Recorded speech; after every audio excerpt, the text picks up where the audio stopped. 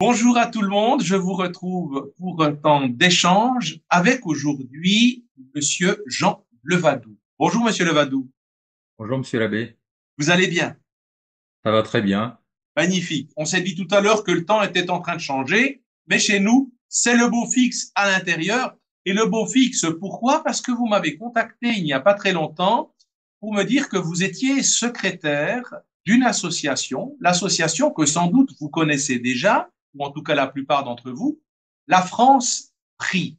Alors, moi, c'est vrai que je connaissais vraiment un tout petit peu, c'est dans une des dernières interviews, Marion Sigaud qui m'en a parlé, et je me suis dit de fil en aiguille que c'est très bien non seulement de faire connaître ce mouvement, mais quand on a la chance d'avoir le secrétaire de cette association, eh bien de pouvoir lui passer la parole. Parce que sans doute, Monsieur Levadou, que non seulement vous avez répondu à cet appel parce qu'il y avait besoin de répondre à cet appel, mais aussi sans doute par votre foi et par l'expression de cette foi. Alors dans le fond, on pourrait faire une petite anamnèse de ce qu'est-ce qui vous a amené à répondre, parce que c'est un ministère de baptisé que vous faites. Mais dans le fond, avant de nous parler de l'association, quelques mots sur vous, si vous le voulez bien. Voilà, merci Monsieur l'abbé de me laisser la parole. Donc, comme vous l'avez dit, je m'appelle Jean Levadou, je suis secrétaire de l'association La France Prix, qui œuvre en France, comme son nom l'indique, mais également dans le monde entier. Mon parcours, je suis militaire, et comme j'avais un peu de temps l'année dernière, je me suis lancé comme bénévole en juillet à l'été 2022 dans cette belle association, et depuis, je suis devenu secrétaire. L'association est jeune, hein. Nous avons fêté nos 2 ans. Elle est née fin 2021, en pleine période du Covid. Elle est née un petit peu à cause du Covid. L'ambiance était morose, les lois étaient un petit peu liberticides. Et en fait, mon président, Monsieur Louis-Pierre Laroche, qui vit en Autriche, on lui avait demandé de lancer une initiative pour redonner un petit peu de baume au cœur aux gens qui étaient un petit peu isolés, confinés dans leur foyer. Donc Louis-Pierre Laroche a eu cette idée, je dirais géniale, une idée toute simple, c'est prendre son chapelet, le sortir de sa poche et aller réciter en public un chapelet une fois par semaine, en général le mercredi soir. Donc c'est parti en Autriche, c'est parti en Suisse et c'est arrivé en France début 2022, où tout de suite l'association a été un peu victime de son succès. On s'est retrouvé avec des points de chapelet dans toute la France, dans les villes, dans les villages, avec 10 à 15 000 priants qui se retrouvaient chaque semaine pour dire un chapelet. Alors c'était une façon de d'honorer et de vénérer Notre-Dame, mais c'était une façon aussi de renouer du lien social et de revivre un petit peu socialement dans cette période de confinement, hein, il y a 2 ans. Et donc l'initiative est née comme ça et a continué par la suite euh, jusqu'à maintenant. Alors elle s'est un petit peu tarie, les gens en ayant retrouvé leur liberté sont moins enclins à aller prier le chapelet en public. Alors pourquoi en public? C'est important aussi. C'est Notre-Dame, notre Seigneur, le cœur immaculé de Marie, le cœur de notre Seigneur sont, on va dire, offensés publiquement de par toutes les lois comme l'avortement, toutes ces lois anticatholiques. Donc cette offense publique nécessite une réparation publique. Et en fait, c'est pour cette raison qu'on demande aux gens à prier publiquement le chapelet pour réparer toutes les offenses qui sont faites au cœur immaculé de Marie. Ensuite, dans un deuxième temps, pour consolider l'association, notre président a eu l'idée de lancer des vierges pèlerines. Alors, les vierges pèlerines, il y en a eu qui ont été, au début 2022, elles ont été lancées en Autriche, en Suisse, et on les a fait partir en France le 3 décembre 2022 depuis l'île Bouchard. Donc ça fait 1 an et demi quasiment qu'elle pérégrine. On en a trois. Une sur le fuseau ouest qui fait toute la côte atlantique, une qui fait la partie centre, Paris Nord, et une qui fait toute la partie est et la Méditerranée. Elles sont actuellement sur la région nord dans le 59. Cette semaine, elle est à Lille et elle va finir début juin. Elle va finir au Touquet à côté de Dunkerque. Ensuite, notre deuxième est actuellement dans le Var et devrait finir, elle est en train de faire toute la côte méditerranéenne et elle va finir sur Perpignan, début septembre de cette année. Et ensuite, la troisième est actuellement dans le sud-ouest et va finir dans le Pays Basque fin juillet de cette année. Et l'idée, c'est de les retrouver. On va les réunir de nouveau le 12 octobre de cette année à Pontmain. On va réunir ces trois vierges, on va les faire rebénir, on va retrouver nos priants, on invite nos priants et tous ceux qui veulent à venir à ce grand rassemblement de Pontmain le 12 octobre pour les faire repartir. On veut pas que ce mouvement, enfin, on veut pas que nos vierges s'arrêtent. On veut qu'elles continuent à pérégriner dans toute la France. Donc, on risque de les faire repartir, je pense, plutôt décembre, janvier 2025, décembre 2024, janvier 2025. On accorde une petite pause quand même. Il faut qu'on se réorganise, qu'on les remette en condition, on va dire. Et elles repartiront sur toutes les routes de France dans les villages. Et elles ont eu un succès, c'est-à-dire que là, actuellement, avec la fin des étapes, de chaque étape, elles auront parcouru au final environ 10-15 000 kilomètres au sein de 250 groupes en France. Voilà. Et elles auront Magnifique, parcouru tous les départements quasiment. magnifique. Et donc l'accueil a été très bien reçu. Très bien reçu. Alors les gens se la passent en voiture. Chaque groupe l'a une semaine, du samedi au samedi. Ils se la passent. Le groupe d'avant l'amène au groupe d'après et le groupe d'après l'amène au groupe suivant. Ils la gardent une semaine. Après, c'est en fonction des contraintes de chaque paroisse et de chaque famille. Les familles se la prêtent, se la confient au sein de chaque famille de la paroisse. Elles sont souvent en procession au sein du village. Le prêtre de la paroisse l'honore au sein de son église. Ça peut être pendant la messe, ça peut être un chapelet, ça peut être un salut du Saint-Sacrement. Elle passe dans les écoles. Il y a des gens qui l'amènent dans les écoles, dans les EHPAD aussi. Nos anciens sont contents de la voir. Ils sont un petit peu seuls. Voilà, il y a différentes bonnes initiatives qui sont faites et bah, Notre-Dame apporte beaucoup de grâce je pense, à chaque pays, à chaque foyer et à chaque famille. J'imagine. Est-ce que vous êtes soutenu par l'Église, institution, par les diocèses? Alors, nous sommes soutenus par les diocèses. Bon, selon moi, pas assez, mais bon, c'est les évêques globalement nous soutiennent, les prêtres nous soutiennent. Et on a à cœur, comme on en a parlé tout à l'heure, Monsieur l'abbé, de pas s'arrêter à un courant, c'est-à-dire que nous on fait pas d'ostracisme envers la tradition, les conciliaires ou de mettre un marquant comme on aime bien le faire en France. Tiens, t'es de gauche, t'es de droite, t'es tradi, t'es pas tradi, t'es conciliaire. Non, là c'est au niveau des chapelets, toutes les tendances se réunissent. Euh, et au niveau des vierges pèlerines, c'est exactement pareil, c'est-à-dire qu'on a des traditionalistes. Au sein de nos bénévoles, on a toutes les tendances aussi. On a des traditionalistes, des conciliaires. Voilà, l'essentiel, monsieur l'abbé, c'est d'honorer la Sainte Vierge. Voilà. Je pense qu'autour d'un chapelet, on peut faire, on peut faire abstraction de toutes ces tendances et éviter de se mettre un marquant. Est-ce que l'aspect marial, la mariologie, l'image de Marie, parce que là, c'est peut-être une question qui dévie un peu, je dirais, de notre échange, mais je trouverais intéressante. Aujourd'hui, on revoit souvent la place de l'homme ou de la femme dans la famille, la place de l'homme ou de la femme dans l'Église. Est-ce que l'image de Marie contrecarre cette image-là? Et c'est peut-être aussi pour ça que la mariologie et l'image de Marie ne fait pas forcément bon ménage avec des pensées très progressistes. Alors, je vous avouerai, monsieur l'abbé, que quand on a lancé nos Vierges pèlerines, bon, l'essentiel c'était d'honorer et de réparer les offenses faites à Notre-Dame. Mais dans un deuxième temps, on a compris très vite qu'il fallait réinstaurer ce culte marial populaire qui était énorme dans les années 19e siècle, 20e siècle en France et qui s'est perdu dans les années 60-70. On se rend bien compte. Donc, avec la Vierge pèlerine, on envoie des petits livrets de prière et en fait, on essaye de réapprendre à certains groupes à prier Notre-Dame. Il y en a qui ont oublié ce que c'était qu'une procession. Faut être honnête, hein, ce culte s'est perdu. On le voit bien, notamment, j'ouvre une parenthèse, mais avec les phénomènes climatiques, la sécheresse en France, et ben notamment sur Perpignan, on a réinstauré des processions.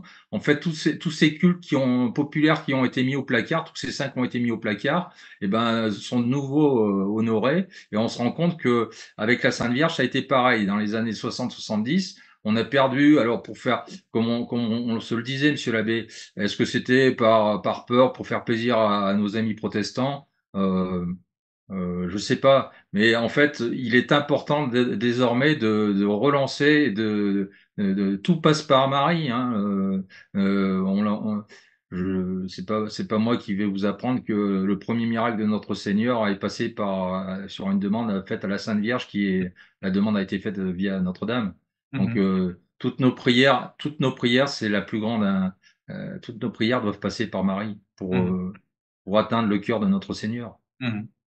Alors, vous dites que c'est aussi dans un esprit de réparation au cœur immaculé de Marie, mais la question d'aujourd'hui est tout spécialement par rapport à la loi de la laïcité en France. Comment est-ce que c'est reçu à l'extérieur? Parce que j'imagine justement qu'il y a des processions qui se vivent à l'extérieur où on doit avoir des signes ostentatoires qui sont absolument interdits. Comment est-ce que là, vous avez déjà eu, par exemple, des tentatives de sabordage de vos processions ou de vos chapelets? Alors, je rappelle simplement la loi, hein, monsieur l'abbé, ne pas tout confondre, laïcité. Il y en a qui mettent la laïcité, qui ne la maîtrisent pas, la laïcité. Mais la laïcité n'empêche pas, la prière publique est autorisée en France. Tant que vous ne nuisez pas, enfin, vous ne perturbez pas l'ordre public. Donc, il est permis de prier en dehors. Alors, jusqu'à 10 personnes, il n'y a pas de formalité à faire. À partir du moment où vous avez 10, 15, 20 personnes, des gros chapelets, normalement, vous devez faire une simple déclaration en mairie. Voilà. Alors après, c'est vrai qu'au début, on a eu certains maires dans certaines villes, je pense au 92, hein, dans la banlieue parisienne, qui ont eu un peu peur en se disant, ouh là là, si on permet aux catholiques de prier dans la rue, avec les problèmes d'islamisation de la France et de l'Europe, ils avaient peur qu'il y ait des prières de rue qui se manifestent au niveau d'autres religions. Je pense à l'islam notamment. Mais en fait, on n'a pas eu trop de problèmes. Il y a que dans le 92 où, bon, voilà, le maire, alors je me souviens plus de quelle commune, de quelle ville, a demandé à ce qu'on récite le chapelet dans l'église et pas bon, dans ce cas-là, bon, on permet, on va pas créer de problème entre les paroissiens et puis le maire de la commune. Mais on est bien d'accord, c'est pas parce qu'il y a la laïcité en France que la prière de public est autorisée. Et il faut faire. Alors c'est pareil pour les processions. Souvent, il y a des dossiers de déclaration qui sont remplis au niveau de la mairie, au niveau de la préfecture. Voilà. Très Et bien. il y a pas de problème. En général, on n'avait jamais eu trop de problèmes de menaces. Dans le 41, dans le Loir-et-Cher, j'ai eu un petit problème une fois sur un groupe de chapelets qui a été un peu menacé, voilà, par des extérieurs. Mais c'est très rare quand ça arrive. Hein. En général, ça apporte plutôt la paix et ça pacifie un village. Hein. Voilà. Ça porte des fruits, de saints fruits. La porte de Saint-Fruit, exactement. Je pense qu'il serait de bon ton, monsieur l'abbé, que chacun prenne ce chapelet, le prie en public. Vous savez, nos vierges pèlerines sont parties de l'île Bouchard. C'est un beau symbole, l'île Bouchard, le message de la Vierge. C'est quelques enfants qui ont prié le chapelet et qui ont évité à la France de tomber sous le joug communiste en 1947. Et c'est pareil, on est content de réunir de nouveau nos vierges à Pontmain. La Vierge a préservé la région de Laval, l'arrivée des Prussiens en 71. Donc on se rend compte qu'avec un peu de bonne volonté, un peu de cœur et beaucoup d'attention mariale, et ben la Vierge elle fait intervenir son Fils et notre Seigneur est bon et miséricordieux envers ceux qui s'adressent à lui, quoi. Qu'est-ce que vous répondriez à quelqu'un qui vous dirait, parce que là, ça m'arrive des fois de lire certains commentaires qui disent, oui, écoutez, il faudrait que l'Église bouge différemment par rapport à tout ce qui se passe dans notre monde. Et c'est vrai qu'il y a souvent des personnes qui disent, mais commençons par prier. Et je suis très surpris de voir maintenant beaucoup de chaînes YouTube, qui ne sont pas forcément des chaînes religieuses, qui incitent à la prière. Et là aussi, aujourd'hui, typiquement dans votre mouvement La France prie, par rapport à tout ce qu'on vit, quand même aussi des fois à l'aube d'une troisième guerre mondiale. Hein. Je pense qu'on va peut-être pas analyser militairement. Vous êtes militaire, moi je suis un ancien militaire, tout ce qui se passe aujourd'hui, mais quand même pour dire on vit une période explosive extrêmement risquée. Est-ce qu'on peut dire que la prière, dans le fond, est facultative ou secondaire pour vraiment demander des grâces et surtout pour éclairer les consciences? Alors, certains disaient à une époque, politique d'abord. C'est vrai que, il est important de participer à la politique de son pays, mais la politique sans la prière, elle ne sert à rien en fait. Il faut les deux en fait. Il faut absolument prier. Je vous prends un exemple flagrant, et ça tombe bien aujourd'hui, c'est sa solennité. Sainte Jeanne d'Arc, elle ne s'est pas contentée de prier, elle a pris également les armes pour bouter les Anglais hors de France. Donc on se rend bien compte que la politique et la prière sont complètement liées, et il est important, forcément très important de prier, notamment le chapelet qui nous a amené les victoires de Lépante, la victoire contre les Turcs, de l'invasion ottomane, la bataille de Vienne. Toutes ces grandes batailles ont été menées pendant les croisades, c'était pareil, par ces chapelets, ces ave dits par milliers, et qui ont porté leurs fruits tout simplement. Euh, voilà ce que j'ai à dire. Simplement, c'est pareil, monsieur l'abbé, bon, je suis militaire, mais je m'adresse en tant que citoyen, je m'adresse pas en tant que militaire, comme certains pourraient me le reprocher. Voilà. Très bien. Alors quand même peut-être une question un peu qui est en lien avec votre activité professionnelle. Est-ce que vous expérimentez ou vous décrivez à proprement parler votre foi, votre catholicité, vos principes, vos racines chrétiennes autour de vous, non seulement dans l'aspect privé, mais aussi dans l'aspect militaire? Et si oui, est-ce que c'est respecté et bien reçu? Bah, je dirais que le chrétien, monsieur l'abbé, c'est pas qu'à la messe le dimanche. Le chrétien, c'est dans la vie de tous les jours. C'est dans son travail, c'est être charitable, respecter les lois naturelles au sein de son travail, c'est respecter autrui, être charitable, ne pas voler. Je pense que vivre chrétiennement, la prière c'est important, mais l'exemple est encore plus important pour faire de l'apostolat. C'est-à-dire que les gens savent que vous êtes chrétien. Et à partir de ce moment-là, si vous commencez à vivre comme monsieur tout le monde, bah, les gens vont se dire, bon, il a beau être chrétien, aller à la messe le dimanche, en fait, par rapport à nous, il y a pas une grande différence. Donc, en fait, il faut montrer au monde que être chrétien, c'est pas un vain mot, c'est pas simplement aller à la messe le dimanche. C'est vivre tous les jours sa foi, euh, être des témoins de notre Seigneur, et ne pas avoir peur de montrer son amour du Christ et son appartenance à l'Église catholique. Et ça, eh ben, faut le vivre tous les jours, aussi bien dans la rue, dans le café du coin, à son travail, à la bibliothèque. Voilà, c'est notre Seigneur. En fait, c'est on le prend complètement ou on le prend pas du tout. Notre Seigneur a hors des tièdes. Donc voilà, Il les vomit. vomit les tièdes. On est bien d'accord. Donc notre Seigneur, on le sort pas un dimanche et on le rentre pas le lundi matin et on le ressort pas le dimanche d'après. Voilà, Mhm. c'est tous les jours qu'il faut vivre notre foi et être des témoins de notre Seigneur. Et encore, me semble-t-il, davantage aujourd'hui, où quand même le peuple chrétien et le message chrétien est sans aucun doute le plus bafoué, persécuté et rejeté. Et tout ça au nom de la modernité, de l'évolution naturelle.